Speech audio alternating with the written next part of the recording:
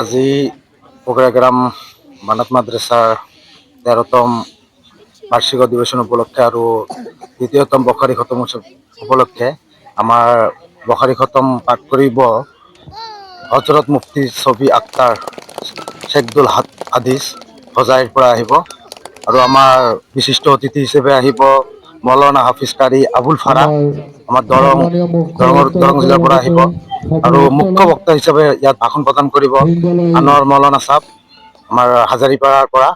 গতিকে মই সমূহ ৰাইজক সন্ধিয়া 7 বজাৰ লগে লগে আমাৰ এই মাদ্ৰাছা প্ৰাংগণত আহি এই ব্যক্তিসকলৰ বক্তাসকলৰ বয়ান শুনিবৰ কাৰণে অনুৰোধ জনাইছোঁ মাদ্ৰাছাৰ তৰফৰ পৰা।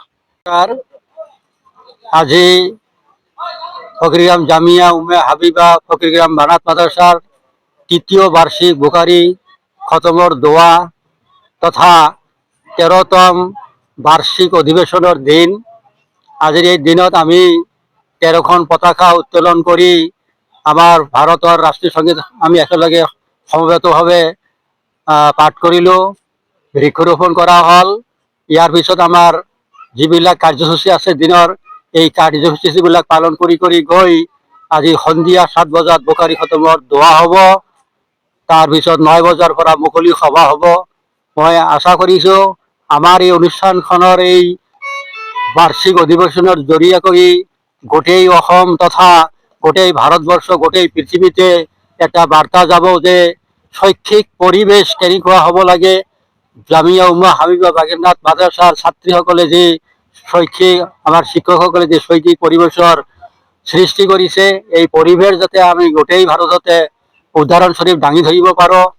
গোটেই ভাৰতৰ যিমানখিনি শিক্ষা অনুষ্ঠান আছে প্ৰত্যেকখন শিক্ষা অনুষ্ঠানতে শৈক্ষিক পৰিৱেশ উন্নত হ'ব লাগে, শৈক্ষিক প্ৰতিষ্ঠানবিলাক উন্নত হ'ব লাগে আৰু ইয়াৰ জৰিয়তে গোটেই পৃথিৱীত শিক্ষা যিটো বাতাবৰণ এইটো উন্নত হওক বুলি আশা কৰোঁ। আমাৰ এই বাৰ্তা গোটেই পৃথিৱীত যাতে সকলোৱে গ্ৰহণ কৰে আৰু সকলোৱে যাতে আমালোকক সহযোগিতা কৰে যাতে এই মাদ্ৰাছাখন কিয়ামত পৰ্যন্ত নাৰী শিক্ষাৰ উচ্চ পৰ্যায়ৰ প্ৰতিষ্ঠান হিচাপে আমি প্ৰতিষ্ঠিত কৰিব পাৰোঁ। তাক এই আশা ৰাখি সকলোৰে সুস্বাস্থ্য আৰু দীৰ্ঘায়ু কামনা কৰি মই মোৰ চমু